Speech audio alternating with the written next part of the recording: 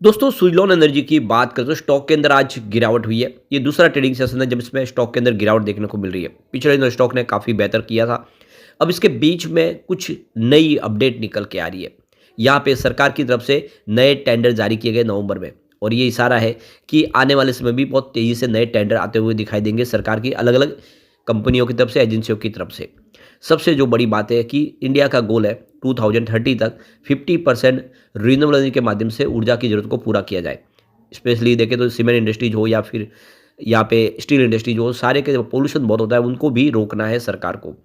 इसी को लेकर यहाँ पे कुछ संभावना है जिसको जानेंगे, और सुज़लॉन एनर्जी इस समय कैसा लग रहा है। वैसे तो कंपनी बहुत ही दमदार है, लगातार अपने कर्ज को कम करते हुए कर्ज मुक्त हो चुकी है। प्रमोटर ने अपने सारे गिरवी शेयरों को छुड़ा लिया है। अब आगे की क्या स्टेप हो सकती है उसको समझेंगे, लेकिन फ्रेंड्स उससे पहले अगर आप पहली बार हमारे चैनल पे आए तो चैनल को सब्सक्राइब कर दीजिए, एक बेल आइकॉन दबा दीजिए ताकि जब भी नया वीडियो बने पहला नोटिफिकेशन आपको मिले। वीडियो पसंद आए तो लाइक से ज़रूर कीजिए। चलो फ्रेंड्स वीडियो स्टार्ट करते हैं। मैं हूँ आपका दोस्त SB दवे और हमारे अपने चैनल ऑनलाइन कमाई में आपका बहुत बहुत स्वागत है। तो सबसे पहले निफ्टी एनर्जी की बात कर ले। आज 37,451 के स्तर पे क्लोजिंग थी। यहाँ पे 237 पॉइंट की गिरावट हुई है, यानी 0.63% डाउन रहा निफ्टी एनर्जी। तो ये एक बड़ा रीजन बना है। आज निफ्टी एनर्जी में गिरावट थी और इसी वजह से एनर्जी सेक्टर के शेयर नीचे आए, उसमें सुज़लॉन भी शामिल है। लेकिन बाजार के लिए जो अच्छी गुड न्यूज है कि FI बाजार में फिर से लौट के आए। आज FI ने देख सकते हो कि करीब 19,936 करोड़ का नया इन्वेस्टमेंट किया है। सामने देख सकते हो कि 18,651 करोड़ की उन्होंने बिकवाली की है। तो उनकी जो खरीदारी का आंकड़ा है वो आज 1,285.96 करोड़ पॉजिटिव है। यानी इस महीने की शुरुआत में सिर्फ 2 दिन इन्होंने बिकवाली की है। 2 दिसंबर को इन्होंने 238 करोड़ की बिकवाली की थी और 6 दिसंबर को 1,830 करोड़ की बिकवाली हुई। उसके बाद लगातार इसने खरीदारी हुई है, यानी ये महीना FI की खरीदारी का रहा है, क्योंकि इस महीने में अभी तक देख सकते हो कि 10 दिन हुए शुरू होकर महीना, 13,943 करोड़ का उन्होंने नया इन्वेस्टमेंट कर दिया है, यानी FI बाजार में फिर से लौट के आए। अब जैसे FI ने खरीदारी शुरू की तो DI ने अपना थोड़ा सा प्रॉफिट बुक करना शुरू कर दिया है। अब आप देख सकते हो कि आज DI ने 11,264 करोड़ का फ्रेश इन्वेस्टमेंट किया, सामने 10,658 करोड़ की उन्होंने बिकवाली की। तो उनकी खरीदारी का आंकड़ा भी आज पॉजिटिव था, 605 करोड़ की उन्होंने फ्रेश इन्वेस्टमेंट किए। तो आज दोनों ही बायर थे बाजार में। वैसे अभी इस महीने में अभी देख सकते हो 3 दिन ही इन्होंने खरीदारी के, बाकी लगातार बिकवाल बने हुए, और इस महीने में अभी तक सिर्फ देख सकते हो सिर्फ 750 करोड़ की ही खरीदारी बड़े फंड हाउस की तरफ से हुई है। तो इस समय जो बाजार को सपोर्ट मिल रहा है वो FI की तरफ से। दिसंबर का महीना FI के नाम पे हो सकता है और आने वाले समय उनकी खरीदारी बढ़ सकती है। वैसे म्यूचुअल फंड ने भी काफ़ी अच्छी खरीदारी शुरू की पिछले 2 महीनों में। सुज़लॉन की बात करें तो स्टॉक की शुरुआत निगेटिव हुई, सुबह 67.30 पर, क्लोजिंग 67.36 की थी, देख सकते हो कि परसों।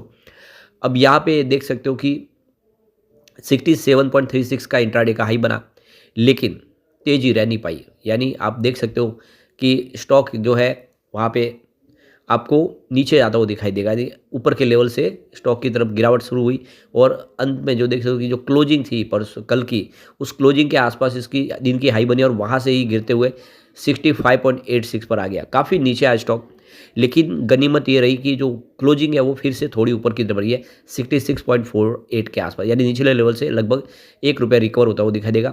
1.31% की गिरावट थी। तो बाजार की गिरावट का असर यहाँ पे देखने को मिला।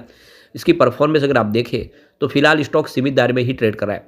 यहाँ पे 22 नवंबर को स्टॉक 65 के आसपास था और लगातार 3 दिन की गिरावट हुई, फिर 2 दिन तेजी बनी, तो 3 दिसंबर तक आपको स्टॉक 65 के आसपास ही दिखाई देगा, यानी एक दायरे में। उसके बाद आप देखें इसमें तेजी फिर बनी और वहाँ से ये स्टॉक 68 को क्रॉस कर गया, लेकिन उसके बाद पिछले 2 दिन की ट्रेडिंग सेशन में गिरावट की वजह से फिर से 67 के आसपास आए। यानी अभी फिलहाल स्टॉक की जो रेंज दिखाई दे रही है वो 65 के आसपास ही ट्रेड करता हुआ दिखाई दे रहा है।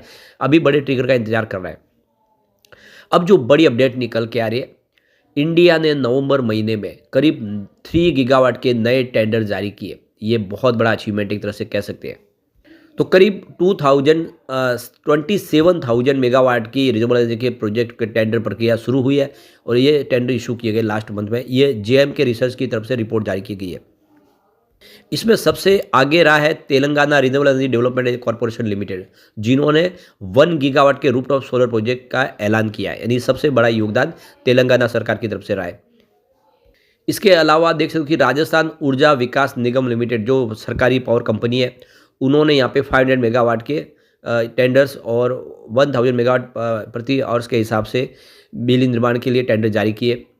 तो ये बैटरी एनर्जी स्टोरेज का अलग एडिशनल जो प्रोजेक्ट है करीब 500 मेगावाट का 1000 micro hertz visuality gap funding scheme के तहत लागू किया है।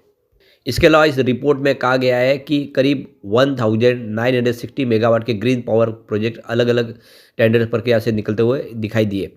तो नवंबर का महीना बहुत ही शानदार रहा, काफ़ी सारे नए प्रोजेक्ट शुरू किए गए। ये टेंडर सब आने वाले समय कंप्लीट होंगे, तो एक अच्छी अपॉर्चुनिटी है इस समय सुजलॉन जैसे शेयरों के लिए।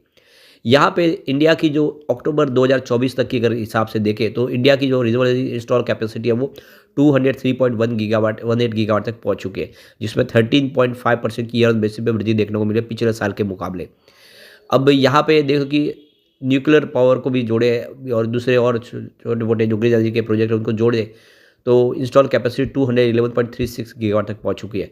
500 का टारगेट रखा गया है, तो इसमें लगभग आधा होता हुआ आया दिखाई दे रहा है। अभी 5 साल बाकी है, तो उन 5 सालों में तो आराम से 2030 तक इस गोल को अचीव किया जा सकता है। जब एक महीने के अंदर अगर आप देखें 3 गीगावाट के टेंडर जारी किए गए, तो आप देख सकते हो कि ये गोल अचीव हो सकता है आराम से।